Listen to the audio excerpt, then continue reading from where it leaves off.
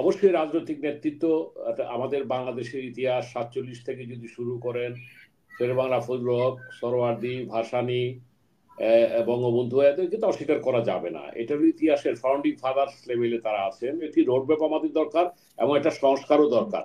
তবে একটি কথা বলতে হবে, আমি যে সেই ৭১ থেকে শুরু করেছিলাম, দেখেন ৭১-এ ইতিহাসে যার যার জায়গা যেখানেই জায়গা থাকা দরকার সেখানেই থাকবে। এটা সত্যি কথা। আমি কিংবা আমাদের মতো যারা চিন্তা করছি, আমরা মনে করি ৭১-এর মুক্তিযুদ্ধের চেতনা এবং ২৪-এর আকাঙ্ক্ষাকে সমন্বয় করে আগামী দিনে বাংলাদেশকে গড়ে তুলতে হবে। সংবিধানকে ছুঁড়ে না ফেলে দিয়ে এই সংবিধানকে আপনি কারেকশন করেন না। কথা দিয়ে শুরু করতে চাই যে জেনারেল ওয়াকার যে একটা স্টেক হোল্ডার, এখান থেকে আমি আলোচনাটা সূত্র করতে চাই। জেনারেল ওয়াকার না, আমি বলবো যে সেই দুঃখিত, সেই ৭১-এর মুক্তিযুদ্ধ থেকে আরম্ভ করে আজ পর্যন্ত যতগুলো বাংলাদেশের গতিপথ কিংবা ইতিহাসের বাঁকে বাঁকে মোড়ে মোড়ে যত পরিবর্তন হয়েছে, এই সেনাবাহিনী, আমাদের ন্যাশনাল আর্মি, মুক্তিযুদ্ধে গড়ে ওঠা দিস আর্মি, তারা একটা স্টেক হোল্ডার, তারা একটা সামাজিক শক্তি হিসাবে আছে। আপনি দেখেন যেটা রেজিস্ট্রার আশরাফুল ইসলাম সাহেব বলার চেষ্টা করেছেন যে দেখেন যে ৭১ সনে মুক্তিযুদ্ধ হয়েছিল। আমি ৭১ সনের ১০ম শ্রেণীর ছাত্র হিসাবে আমি চানখারপুলে থাকতাম। আমি ৭ই মার্চের ভাষণ আমি নিজ কানে শুনেছি, আমি উদ্বেলিত হয়েছি বঙ্গবন্ধু শেখ মুজিবুর রহমানের ভাষণে। এবং এটাও ঠিক যে শেখ মুজিবুর রহমান সেদিন ৭ই মার্চ যে ভাষণ দিয়েছিলেন সেটা একটা স্বাধীনতার মানে আহ্বান জানিয়েছিলেন, কিন্তু পরবর্তীতে উনি আলোচনা চালিয়ে গিয়ে ২৫শে মার্চে ২৬শে মার্চের ভিতর উনি পাকিস্তানের কারাগার বরণ করে নিয়েছিলেন এবং জাতির পক্ষ থেকে সেদিন বেঙ্গল রেজিমেন্টের পক্ষ থেকে আমাদের মেজর জিয়া, অখ্যাত একজন সৈনিক, সেদিন ঘোষণা দিয়েছিলেন, I major Zia do hereby declare of the independence of Bangladesh on behalf of the great leader Bangabandhu Sheikh Mujibur Rahman.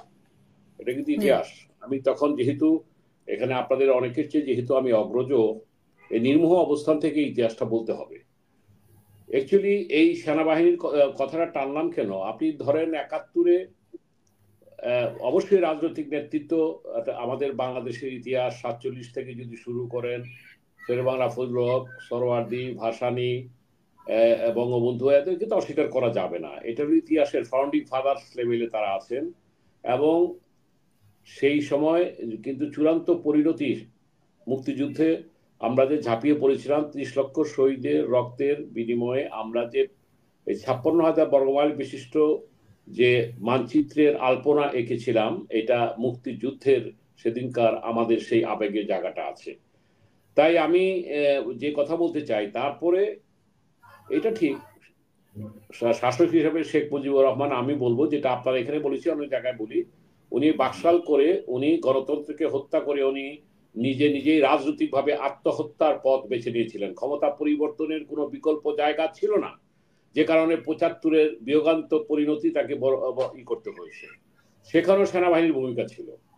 আপনি ৭৫-এর ৭ই নভেম্বরে, ৩রা নভেম্বর কিংবা ৭ই নভেম্বর সেনাবাহিনীর ভূমিকা ছিল। এবং ৭ই নভেম্বর এদেশের ইতিহাসে কিন্তু একটি অনন্য একটি দিন, যে দিনকে আপনি অস্বীকার করতে পারেন না। সিপাহী জনতা সেদিন বেরিয়ে এসেছিল আধিপত্যবাদী শক্তির বিরুদ্ধে, সেনাবাহিনী সেদিন একটি ভূমিকা পালন করেছিল। আমি এই ইতিহাসটা দিচ্ছি কেন, এটা আপনাদের বুঝতে হবে। তারপর ধরেন ৮১-তে বৈধভাবে হোক অবৈধভাবে হোক লেফটেন্যান্ট জেনারেল হুসেন মোহাম্মদ এরশাদ রাষ্ট্রীয় দায়িত্ব গ্রহণ করলেন, করে তিনি ৯ বছর দেশ শাসন করেছিলেন। এবং ৯০-তে যে পরিবর্তন হলো, সেই পরিবর্তনে ছাত্র আন্দোলন করেছিল, ছাত্ররা গণ অভ্যুত্থান দাবি করে। কিন্তু এটা সত্যি কথা, সেদিন যদি জেনারেল নুরুদ্দিন যদি জেনারেল এরশাদকে পাশে থাকতেন কিংবা ওনাকে যদি না বলতেন যে সলভ ইট পলিটিক্যালি, আমরা সেনাবাহিনী জনগণের কাছে করতে পারবো না, তাহলে কিন্তু হয়তোবা এরশাদ সাহেব আরো কিছুদিন টিকে যেতেন। এটা হলো ইতিহাস। সুতরাং এখানেও সেনাবাহিনী স্টেক হোল্ডার হিসাবে একটা ভূমিকা পালন করেছে। তারপরে ধরেন 111 আসছে, সেখানে সেনাবাহিনীর ভূমিকা ছিল। এরা সেনাবাহিনীর ভূমিকাটা ছিল, তাদের ভূমিকা নিয়ে তর্ক বিতর্ক কিংবা সমালোচনা আলোচনা থাকবেই, সেটাও ছিল। এই যে 15টা বছর 14, 18, 24 একটা নির্বাচন হয়েছে, এটাও যেমন সত্যি কথা যে এই সেনাবাহিনীর শীর্ষস্থানীয় নেতৃবৃন্দ কে ম্যানেজ করে আওয়ামী লীগ যে ক্রিপ্টোক্রেসি কিংবা একটা যে তাদের একটা করেছিল, এটাকে কি বলে, লুটেরা তন্ত্র, সেখানে সেনাবাহিনীর আমলারা ছিলেন, সেনাবাহিনীর পদস্থ কর্মকর্তারা ছিলেন, জেনারেল তারেক সিদ্দিকী সহ, জেনারেল আজিজ সহ, এরকম অনেকের নাম বলা যাবে। তো এইবার জেনারেল ওয়াকারকে এইটুকু তো ধন্যবাদ দিতে হবে, সে কিন্তু একটা কাজ করেছে যে সে জনতার বিরুদ্ধে, ছাত্রদের বিরুদ্ধে প্রথম দিকে আদেশ পালন করলো, 3 তারিখের পর থেকে কিন্তু তার এইটা ঘুরে গেছে, এবং তারই এই ভূমিকার কারণে আমরা কিন্তু দেখেন আপা, আপনার মনে আছে, আমি আপনার এখানে কিন্তু শোতে ছিলাম 3 তারিখে বলেছিলাম আপনার যে 72 ঘন্টার মধ্যে একটা পরিবর্তন, হতাশান্য একটা রক্তপাত হবে। আমরা কিন্তু তখন ভেবেছিলাম একটা পরিবর্তন হবে, এটা সবাই ভাবছিল, কিন্তু এইভাবে উনি দেশ থেকে পালিয়ে যাবেন কিংবা তাকে পাঠিয়ে দেওয়া হবে, আমি এই তর্কে যাচ্ছি না। তাকে পালিয়ে যাওয়া অথবা সেফ এক্সিট দেওয়া এটা অন্য আলোচনা। উনি যে চলে গেলেন এটা কেউ ভাবে না, কিন্তু আমি মনে করি যদি তাকে পাঠিয়ে দেওয়া হয় অথবা পালিয়ে যাওয়ার সুযোগও দেওয়া হয়, তাহলে আপনি এটা একদিক দিয়ে ভালো হয়েছে, কারণ সেদিন জনতার যে উত্তাল তরঙ্গ ছিল, ছাত্রদের যে উন্মাদ কিংবা রক্তের যেভাবে তাদের প্রতি অন্যায় করা হয়েছে, ছাত্রদের প্রতি যেভাবে হত্যা করা হয়েছে, সেই মুহূর্তে যদি গণভবন ঘেরাও করলে সেনাবাহিনীও সেদিন কিন্তু শেখ হাসিনাকে রক্ষা করতে পারতো না, এটাই কিন্তু বাস্তবতা।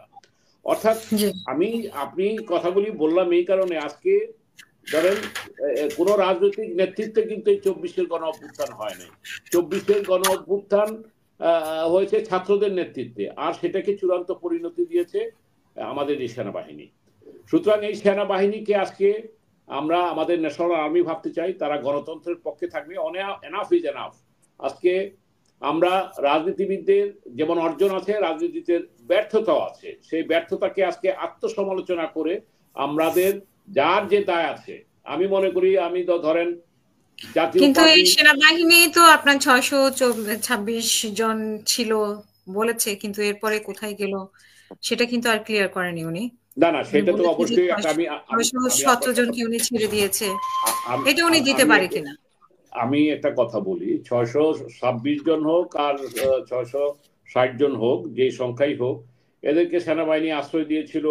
এদেরকে আমি যদি উল্টো ভাবে বলেন এদেরকে জীবন রক্ষা করেছে, আবার পাল্টা প্রশ্ন আছে, ঠিক আছে জীবন রক্ষা করেছে, ভালো করেছে, তা কয়েকজনকে সালমান রহমান সাহেবদেরকে নাটক সাজিয়ে গ্রেপ্তার দেখানো হলো, আবার বেলজিয়ামে পররাষ্ট্র মন্ত্রীকে মাহমুদুল হাসানকে পাঠিয়ে দেওয়া হলো। এই যে কোশ্চেনগুলি তো আছেই, এবং সেখানে বলা হয় যে অনেককে ম্যানেজ করে টাকা পয়সার বিনিময়গুলি করা হয়েছে। তো এইগুলি যেহেতু প্রমাণ আমার কাছে আপার নেই, এগুলি কথা তো এখানে বলে লাভ নাই। কথা হলো যে তাদেরকে কিছু ঢাকায় আছে, কিছু গ্রেপ্তার হয়েছে, কিছু কলকাতায় চলে গেছে, কিছু বাইরে চলে গেছে, যে একটা সহযোগিতা তো ছিল, এটা বুঝার মানে এটা বুঝতে বাকি নেই। আমি যেটা বলতে চাচ্ছি যে আজকে এই সেনাবাহিনী, মুস্তাফিজ ভাই এখানে আছেন, উনি যেহেতু একজন সাবেক সেনা কর্মকর্তা, উনি ভালো করে বলতে পারবেন। আমি একজন রাজনৈতিক কর্মী হিসেবে যেটা বলতে চাই, এই সেনাবাহিনীকে আমাদের ন্যাশনাল আর্মি হিসেবে দেখতে চাই। এই সেনাবাহিনীর ভিতরেই যখন উপরের লেভেলে ষড়যন্ত্র হয়েছে, এই কিন্তু সেনাবাহিনীর নিচু লেভেল থেকে কিন্তু রিয়াকশন হয়েছে 7 নভেম্বরে। এইবারও 4 আগস্টে যখন সেনা সদরে মিটিং হয়েছিল, এই মিড লেভেল থেকে, নিচু লেভেল থেকে যখন রিয়াকশনটা আসছে যে না আমরা আর জনগণের এগেইনস্টে আমরা গুলি ছড়বো না, তখনই কিন্তু পরিবর্তনটা হয়েছে। সুতরাং এই সেনাবাহিনী আমাদের গর্বের দল। আগামীতে নির্বাচনটা যাতে হয়, সুনির্দিষ্ট একটি রোডম্যাপ আমাদের দরকার এবং একটা সংস্কারও দরকার।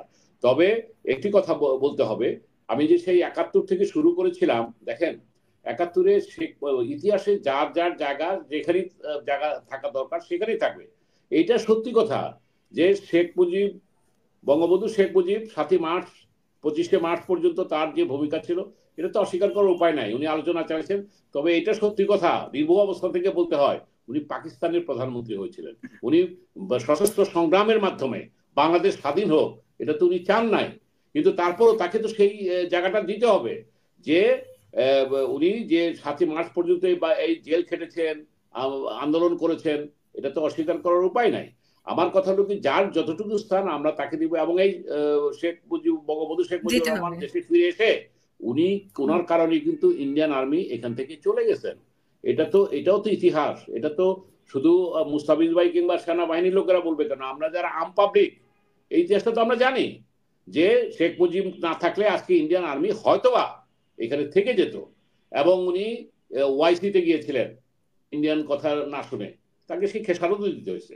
তো যাই হোক, শেখ হাসিনা যা দিয়েছে ভারতকে, শেখ মুজিবুর তাও দেয় নাই। শেখ হাসিনা অনেক দিয়েছে, সে নিজেই বলেছে আমরা ভারতকে যা দিয়েছি অনেক দিয়েছে। যাই হোক, আমি প্রসঙ্গে আসতে চাই যে আজকে আপনি যেটা বলেছেন, ছাত্ররা আমাদের সমস্যাটা কোথায় হয়েছে জানেন?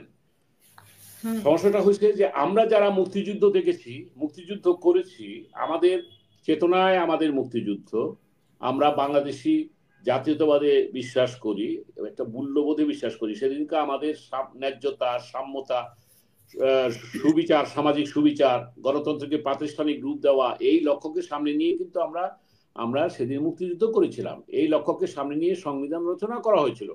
সেই সংবিধানকে হ্যাঁ, জি কিছু বলছেন? বলছি শেষ করবেন প্লিজ। জি জি, আমাকে আর 1 মিনিট সময় দিবেন, 1 মিনিট। আমি সেই সংবিধানকে ধরেন কাটাছেঁড়া হয়েছে 17 বার। সেই সংবিধানকে শেখ মুজিবুর রহমান 4th সংশোধনীর মাধ্যমে আপনার করা হয়েছে, এই একদলীয় করা হয়েছে। এগুলি তো ইতিহাস। পরবর্তীতে এই 14, 18, 24-এ এটাকে এমন ভাবে করা হয়েছে, যেটা মুস্তাফিজ ভাই বললেন, পিনাকি দা নাকি বলছে যে ওই মুঘল সম্রাটদের সময় কিংবা আগে রাজাদের যে ক্ষমতা ছিল, এই সংশোধনীর মাধ্যমে প্রাইম মিনিস্টারকে এত ক্ষমতাশালী করা হয়েছে যে সুতরাং এই সংবিধানের কার্যকারিতা সেভাবে থাকে না। তবে এই ছুঁড়ে ফেলে দেওয়ার প্রশ্নে আমি বলবো যে এখানে একটা আবেগের জায়গা আছে। আমি কিংবা আমাদের মতো যারা চিন্তা করছি, আমরা মনে করি 71-এর মুক্তিযুদ্ধের চেতনা এবং 24-এর আকাঙ্ক্ষাকে সমন্বয় করে আগামী দিনে বাংলাদেশকে গড়ে তুলতে হবে। সংবিধানকে ছুঁড়ে না ফেলে দিয়ে এই সংবিধানকে আপনি কারেকশন করেন না কেন? অসুবিধাটা কি? এই সংবিধানে আজকে যে জায়গাটায় স্বৈরাচারী ব্যবস্থা ছিল, আমরা যদি সংশোধনী এনে সেগুলি যদি করা হয়, কারণ এই দেখেন যে ভুলটা মোসাদ ভাই অবশ্য বলে গেছেন, ভুল তো প্রথমে হয়েছে। প্রথমে যদি বিপ্লবী সরকার বলতো, তাহলে তো আর রাষ্ট্রপতি নিয়ে বিতর্ক হয় না, কিংবা সংবিধান সংশোধনের কথা হয় না, সংবিধানকে ছুঁড়ে ফেলার কথা হয় না। কিন্তু সেটা হয় নাই। এখন আপনাকে এটাকে একটা লিগালাইজ ওয়েতে যেতে হবে। এখন প্রশ্ন হচ্ছে যে আমি শেষটা এই পর্বে এইভাবেই করতে চাই যে ছাত্রদেরকে ডিজেফাই দিয়ে যে সংগঠন করার কথা বলছেন, আমি এই পয়েন্টটা বলি শেষ করব। দেখেন, এই ডিজিএফআই তারাতে তো 111 থেকে আরম্ভ করে এই সময় অনেক রকম তারা অন্যায়ভাবে তাদের সহকর্মীদের তারা প্রশ্নবিদ্ধ করেছে, অত্যাচার করেছে, রাজনৈতিক কর্মীদের করেছে। এইটার একটা বিহিত হওয়া দরকার, এটার একটা সত্যতা জবাবদিহিতা জায়গা দরকার। তবে দেখেন, জেনারেল জিয়া একজন দেশপ্রেমিক ব্যক্তি, এটা অস্বীকার করার উপায় নাই। উনিও তো কিংস পার্টি করেছিলেন, উনি তো ক্ষমতা থেকে বিএনপি করেছিলেন। জেনারেল এরশাদ উনি ক্ষমতা থেকে কিংস পার্টি করেছিলেন। আবার মঈনুদ্দিন ব্রিগেডের বাড়ির সময় তারা চেষ্টা করেছিল ফেরদৌস কৌশিকী দিয়ে সে পার্টি করার, কিন্তু সেটা সাকসেস হয় নাই। শেখ হাসিনার সময় এই ডিজিএনএসআই, জেনারেল জুবায়ের এবং ওই ডিজিএফআই যিনি ছিলেন, এরা তো চেষ্টা করছে বিএনএম এবং তৃণমূল বিএনপি তৈরি করার মধ্যে দিয়ে।